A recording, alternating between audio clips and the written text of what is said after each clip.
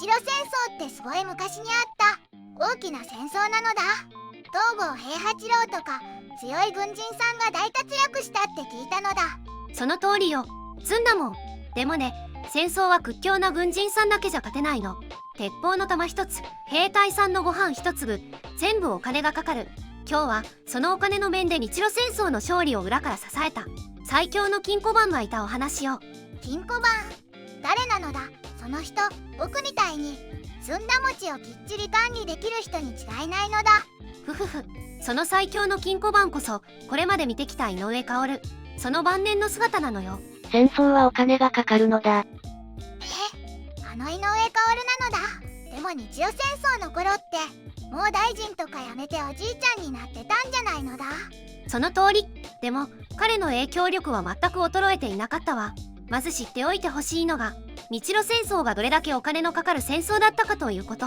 当時の日本の国家予算、つまり国が1年間で使えるお金のなんと7倍以上のお金がかかったと言われているの。7倍。国の貯金を全部使っても全然足りないじゃないか。どうしたのだ日本。まさに国家破産の危機よ。国民から税金をたくさん集めるのはもちろん、外国から莫大な借金もしなければ戦争を続けられなかった。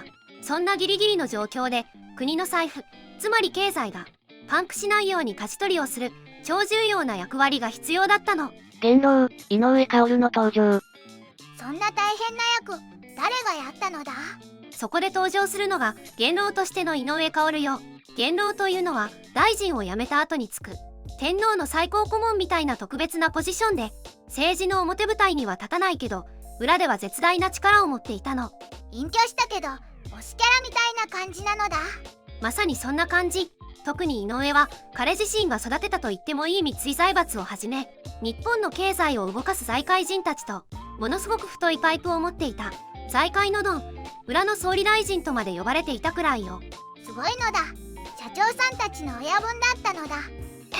だから政府が戦争のためにお金が必要になった時、財界に協力を求めるための橋渡し役として井上馨以上の適任者はいなかったの。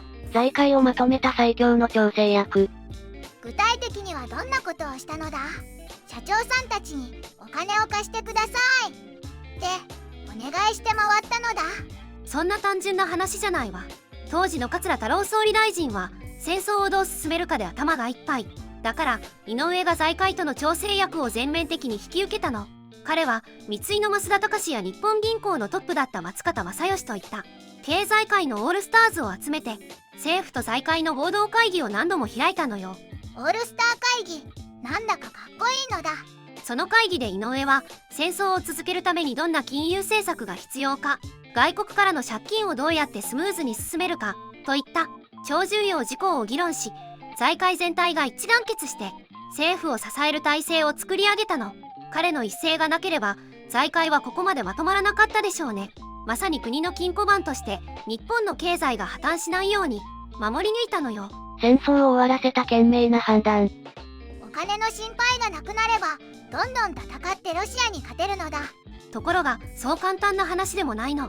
ここからが井上の本当にすごいところよ。彼は戦場で戦っている軍人たちよりも冷静に日本の国力、特にお金の限界を見抜いていたの。どういうことなのだ。日本は戦場では勝ち続けていたけど、国のお金はもうすっからかん。これ以上戦争を続けたら、たとえ勝ったとしてもその後国が破産してしまう。井上は経済の専門家としてその危機的状況を誰よりも早く察知したの。勝ってるのにやめなきゃいけないなんてなんだか悔しいのだ。でもその判断が国を救ったのよ。井上は伊藤博文や山縣有朋といった他の元老たちに、もうこれ以上は無理だ、早く戦争を終わらせるべきだと強く働きかけたの。彼のこの賢明な進言がポーツマス講和条約という形で戦争を終わらせる大きなきっかけの一つになったのよ。勝っているうちに有利な条件で戦争を終わらせる、その引き際を見極めたの。すごいのだ。ただの金庫番じゃなくて日本の未来を救ったスーパーおじいちゃんなのだ。戦いを始める力だけでなく賢く終わらせる力も持っていた。